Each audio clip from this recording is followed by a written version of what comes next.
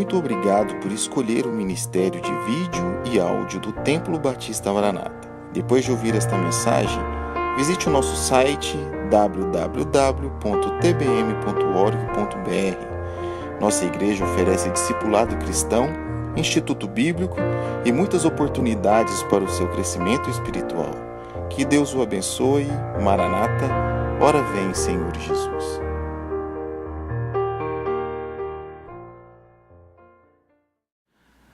Primeiro livro dos Reis, capítulo 19. Aqueles que puderem se colocar em pé, eu os convido. Nós vamos ler 2 versículos, versículo 1 e versículo 2. Hoje eu quero falar sobre Elias também tem os pés de barro. Elias também tem os pés de barro. Primeiro dos Reis, capítulo 19, versículo 1 nos fala assim: E Acabe fez saber a Jezabel tudo quanto Elias havia feito. E como totalmente mataram todos os profetas à espada. Então Jezabel mandou um mensageiro a Elias a dizer-lhe: Assim me façam os deuses, e outro tanto, se de certo amanhã a estas horas não puser a tua vida como de um deles. Pai, obrigado pela leitura. Aplica mesmo em nossas vidas, Pai, que nós possamos aprender um pouco mais do Senhor. Por isso nós oramos e pedimos, oramos em nome do teu amado Filho Jesus Cristo, amém? Amém. Pode sentar. No capítulo 18, e se você é amante de leitura bíblica, você sabe que Elias, ele teve uma grande vitória.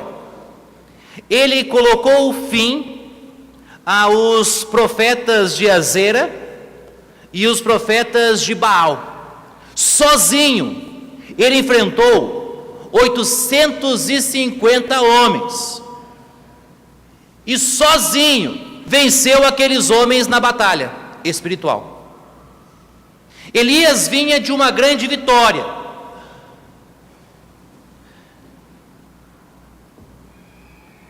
e com esse feito, com essa vitória, os judeus, eles reconheceram algo maravilhoso. Olha o verso 39 do capítulo 18. O que vendo todo o povo, os judeus, caíram sobre os seus rostos e disseram: Só o Senhor é Deus. Só o Senhor é Deus. O que eles estão dizendo é que se Deus não for o primeiro em nossas vidas, Ele jamais vai aceitar o segundo lugar. A Bíblia nos fala que nós devemos buscar a Deus em segundo lugar, mas buscarmos a Deus em primeiro lugar. Ele deve ocupar o trono das nossas vidas. Ele deve ser o alvo, o objetivo a ser alcançado. E eles entenderam, através da vitória de Elias, que Deus é Deus. E após a vitória, Elias pede para Acabe subir, comer, beber, porque Elias tinha orado para não chover. E Elias fala para Acabe: agora vai chover, pode ir para casa que vai vir chuva.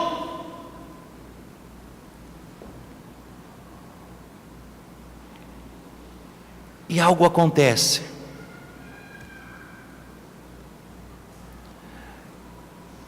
Versículo 46 do capítulo 18 nos fala: E a mão do Senhor estava sobre Elias, o qual cingiu os lombos, e veio correndo perante Acabe, até a entrada de Jezreel. E nós sabemos que a chuva cai, molha a terra, mas tudo isso acontecia, porque quem estava com o Senhor? Ou melhor, quem estava com Elias? O Senhor. Elias estava firmado no Senhor. E aqui nós escutamos a expressão: a mão de Deus estava sobre Elias. E quando nós vamos para o Novo Testamento, nós aprendemos que a mão de Deus sempre está sobre os seus filhos. Eis que estou convosco todos os dias.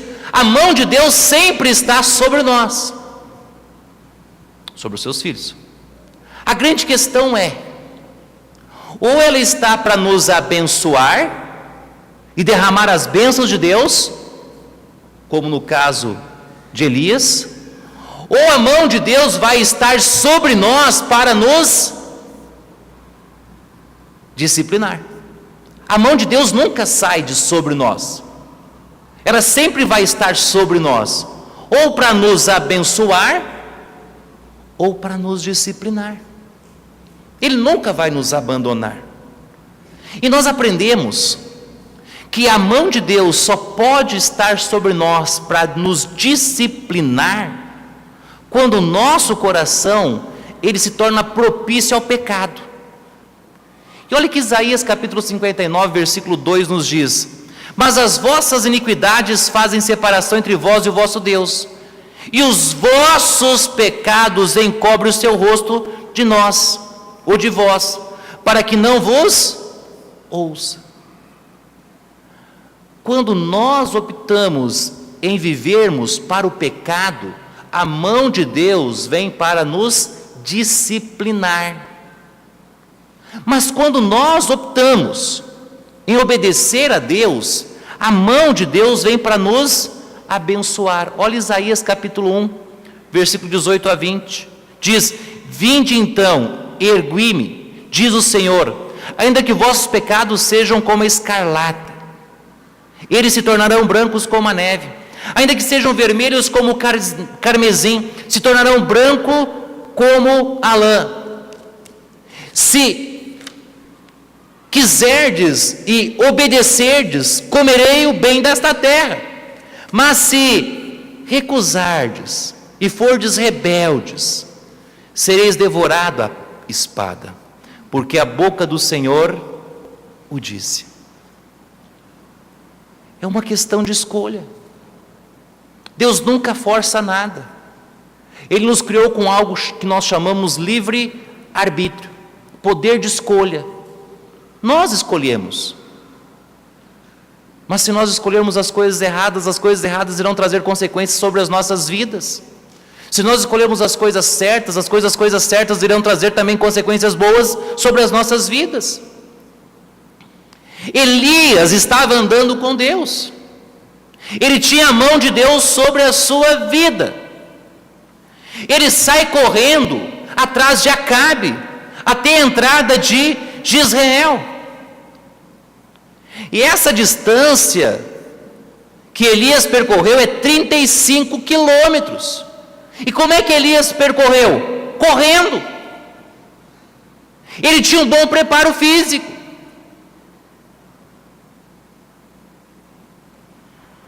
E nós chegamos no capítulo 19. E aqui nós descobrimos que Elias, como qualquer um de nós, ele tem pés de barro. Ou seja, ele é homem como qualquer um de nós. Ele tem as mesmas fraquezas. Quando nós olhamos para esses homens do passado, quando nós olhamos para esses homens que fizeram história, homens que deram a sua vida por Deus, nós pensamos, eles foram um super-herói, mas eles tinham as mesmas fraquezas, as mesmas lutas, as mesmas dificuldades que nós temos. Eles também tinham filhos adolescentes, eles também tinham crianças, eles também tinham problemas com empresas, com o patrão, com o funcionário. Eles tinham os mesmos problemas, mas eles tinham algo. A mão de Deus estava sobre eles. Sobre eles. Eles não eram um super-homem, mas eles tinham um super-Deus com eles. Um super-Deus com eles. E aqui nós descobrimos que Elias, tendo o pé de barro, Elias recebe uma mensagem de Jezabel. E a primeira indagação que vem à mente sobre esta mensagem é: o que levou Jezabel a mandar uma mensagem a Elias? Olha o verso 1. E Acabe fez saber a Jezabel tudo quanto Elias havia feito, e como totalmente matara todos os profetas à espada. Acabe era o rei, Jezabel era a esposa. Jezabel era conhecida como aquela esposa mandona, abriguenta. Só que Acabe foi escolher esposa fora do povo de Deus. E deixa eu pegar um gancho aqui, você que é jovem, você pode achar uma Acabe para a sua vida. E ela pode ser na versão masculina ou feminina. Basta você procurar namorado ou namorada lá fora. Você vai penar na mão. Preocupa não. Ele achou uma esposa, Acabe, mandona, autoritária. Jezabel, penava com ela. Acabe chega para ela: mozinho, você não sabe o que Elias fez comigo. Ele me envergonhou na frente de todos os meus amigos. Ele matou todos os nossos profetas. Não sobrou nenhum. Eu não saio mais de casa. Eu estou envergonhado. E ele relata todos os seus problemas para sua esposa. E o que acontece?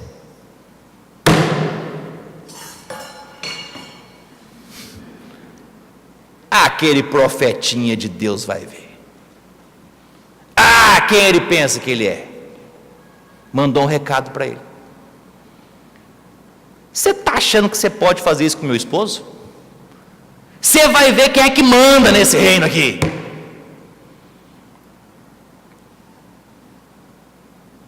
Eu acho que ela não tinha entendido o recado de Deus já. Os 850 estavam mortos, porque afrontavam a Deus. Quem ela achava que era para poder afrontar? Um servo de Deus, que a mão de Deus estava sobre ele. Sobre ele. Só que muitas vezes nós somos Maria vai com as outras. Nós ficamos com medo. E as coisas começam a trabalhar em nossas vidas. E muitas vezes nós esquecemos o que Deus nos fala em 1 Tessalonicenses capítulo 1, versículo 18: em tudo dai graças, porque essa é a vontade de Deus em Cristo Jesus. Quando nós recebemos uma notícia ruim, nós começamos a ter autocomiseração. Não, de novo comigo. Elias começa a ter dó de si mesmo, e diante do recado ele começa a temer, e ele esquece de ser grato a Deus. Notícias ruins sempre vão surgir diante de nós, mas nós precisamos estar preparados para enfrentá-las, porque a mão de Deus nunca sai de sobre nós. Daí surge a segunda pergunta: o que falava a mensagem que ela manda a Elias? Olha o que Jezabel fala, verso 2: então Jezabel mandou um mensageiro a Elias, a dizer-lhe: assim me faça os deuses e outro tanto, se de certo amanhã a estas horas não puser a tua vida como a de um deles. Muitas pessoas são como Jezabel, são valentes, mas longe. Fala para aquele cabra que amanhã a estas horas ele vai estar morto. Valente, mas longe. Quando está por perto, fica mansinho. Ela manda recado para amedrontar Elias.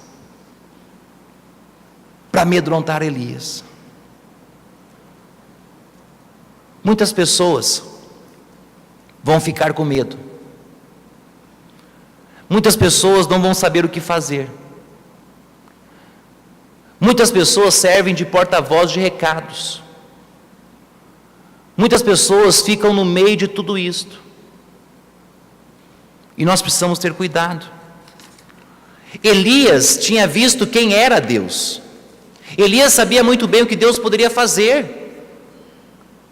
Mas ele precisava tomar uma escolha. E sabe o que Elias faz? Ele vai para o deserto.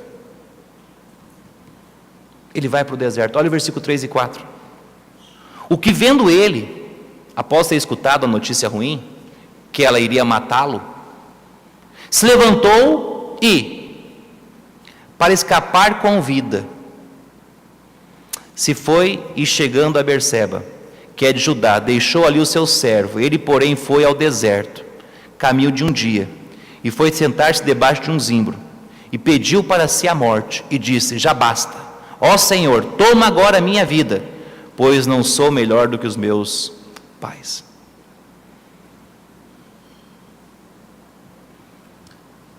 Nós aprendemos com Elias que diante de situações nós precisamos tomar decisões. Todos os dias nós precisamos tomar decisões. Mas se nós não cuidarmos, nós vamos tomar as decisões erradas. Elias foi para o deserto. Sabe por que ele foi para o deserto? Porque ele estava com medo. Sabe por que muitas vezes tomamos as decisões erradas? Porque estamos com medo. O medo nos cega.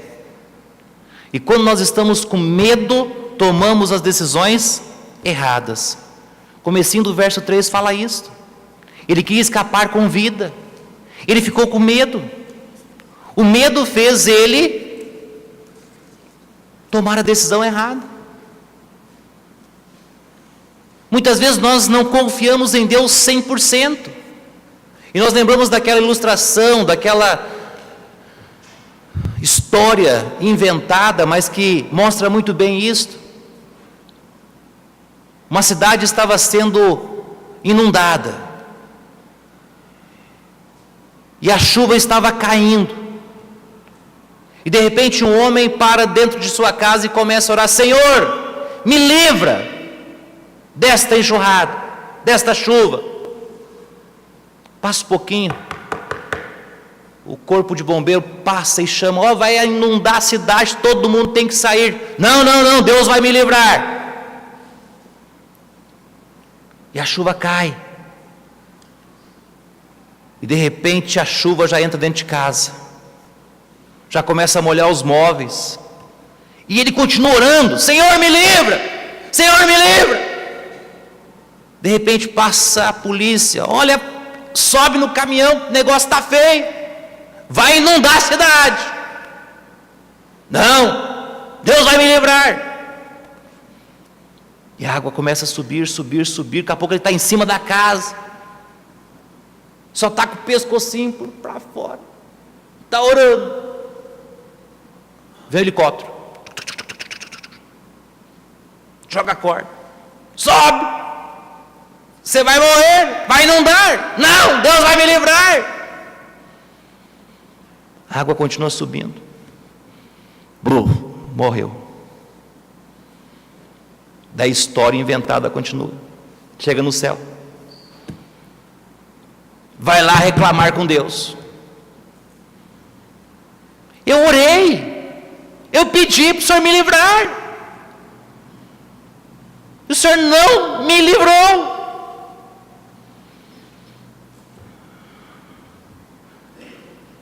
A ilustração diz que Deus coça a cabeça, respira, diz: como não?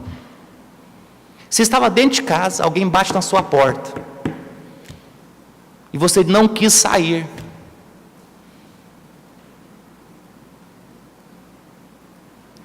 Passou um pouco, eu mandei outro, e você não quis sair.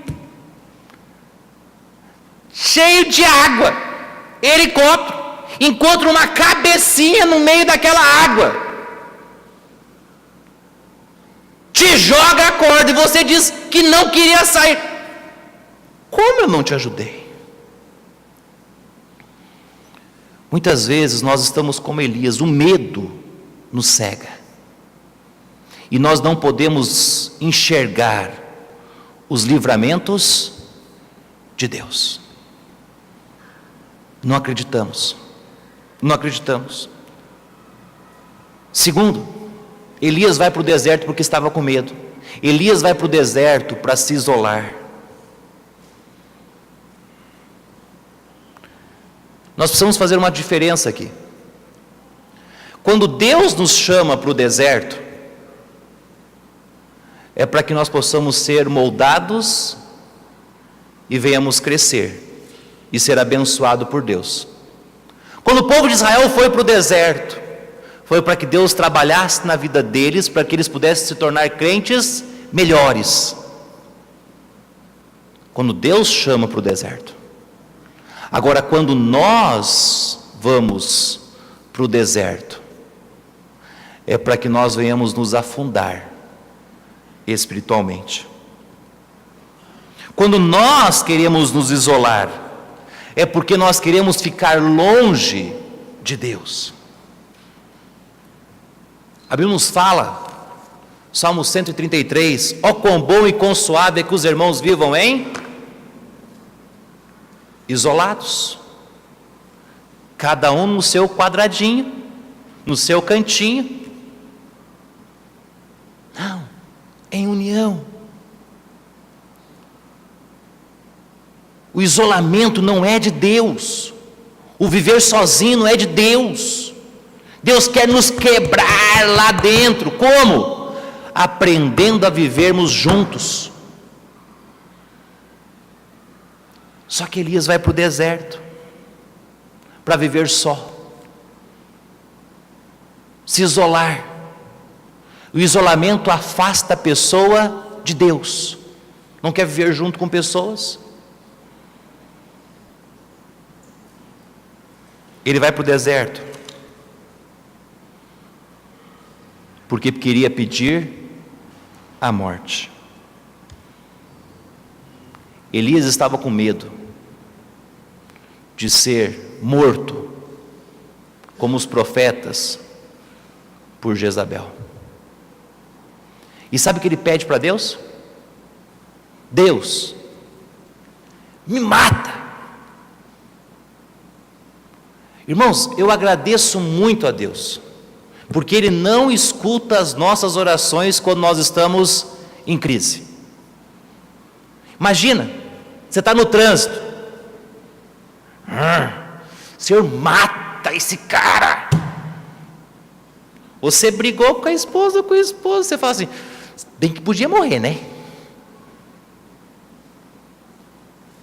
Podia dar uma ferida, de vazar ao outro lado. Ainda bem que Deus não nos escuta nestes momentos.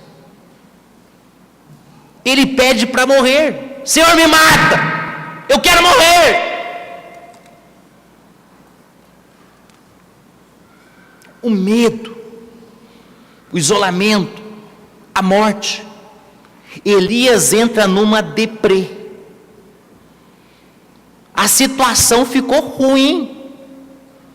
Você diria, mas pastor Elias, um grande homem de Deus, passando por isso. Elias é como nós, tem pés de barro como nós. Se ele fosse goiano, comia arroz com piqui, ainda lambia os dedos. Igualzinho a nós. Quando situações chegaram diante de vocês e vocês pensaram assim, agora não tem jeito, agora do problema que chegou o problema, agora o problema vai acabar comigo. Elias estava passando por problemas pessoais dele, e ele se isola. Medo de morrer, vontade de morrer. Já que vai matar, então eu vou lá enfrentar ela. Não, estou com medo de morrer, mas Senhor me mata. Ele começa a passar por essas coisas. Elias é como nós, tem altos e baixos. Só que Deus o chama para Horebe. Deus nunca abandona. A mão de Deus está sempre sobre nós. Elias, vem para Horebe. Sabe o que nós aprendemos com isso? Não há buraco fundo que a gente possa entrar, que Deus não nos encontre lá. Não há situação difícil que nós possamos passar, que Deus não vai estar conosco lá.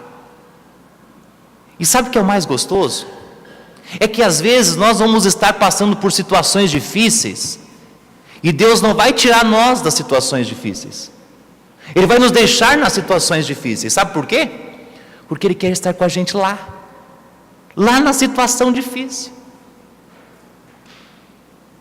lá no buraco, só nós, eu e Ele, você e Ele, só lá juntos, um tempo sozinho com Deus. E Deus chama Elias aqui. Elias, sai desse buraco, sai dessa deprê. E sabe o que nós aprendemos com isso? Deus sempre dá o primeiro passo em direção ao homem. Deus sempre dá o primeiro passo. Sempre. Eu conheci um jovem que não perdia os cultos da sua igreja. Mas quando ele ficou um pouquinho maior, comprou o carrinho, emprego melhor, estava grandão, ele deu uma saidinha para o mundo. E não passou muito tempo, ele estava fazendo as coisas que os jovens do mundo fazem. E passou um tempo, estava naquele lamaçal do mundo. Ele vem para a igreja, senta no último banco, termina a mensagem, ele encontra o pastor na frente. Ele diz: pastor, eu estou arrependido, eu quero voltar para Cristo, eu quero voltar para Deus, eu não quero mais praticar as coisas erradas. E o pastor diz para aquele jovem: Deus está de braços abertos, venha, mas vai ser mais difícil. A volta sempre é mais difícil. Agora você conhece o outro lado. E agora voltar, muitas pessoas vão apontar o dedo. Muitas pessoas vão criticar. Então o regresso, a volta é muito mais difícil. Deus estava chamando Elias: volta. Não é fácil. E sabe o que nós aprendemos também? Deus espera que nós demos o segundo passo. Ele nos chama primeiro, Ele dá o primeiro passo em direção, mas Ele quer que nós demos o segundo passo. Ele nos dá forças, mas Ele quer que nós demos o segundo passo. O segundo passo. Todos vamos passar por lutas em 2018. Alguns já estão passando por lutas. Já começaram o ano com lutas. Mas nós podemos fazer como Elias, se isolar, ir para o deserto. Ou nós podemos ficar o tempo todo ao lado de Deus, porque Ele vai estar sempre com a sua mão nos ajudando, sempre. Sabe o que Deus fala para Elias? Obadias diz para Elias que tinha protegido quantos profetas do Senhor? 100. Elias pensava: eu sou o 101. Olha para o 1 livro dos Reis, capítulo 19, versículo 18. O que Deus fala para Elias: também deixei ficar em Israel 7.000, todos os joelhos que não se dobraram a Baal, e toda a boca que não o beijou. sempre vai existir os que não vão se dobrar diante do mundo. Vão ser a maioria? Mas sempre vão existir. Agora você precisa escolher em qual lado você vai ficar: da maioria ou dos que estão firmes com Deus? Foi a maioria que disse: crucifica-o, crucifica-o. Mas foi a minoria que ficou ao lado de Jesus. Que nesse ano, embora você vai ter lutas, nunca esqueça que você tem pés de barro como Elias. Vai poder muitas vezes cair, mas Deus não quer que você fique lá prostrado, mas que seja levantado. Amém? Vamos orar. Pai, obrigado por essa manhã. Obrigado pela tua palavra, Pai.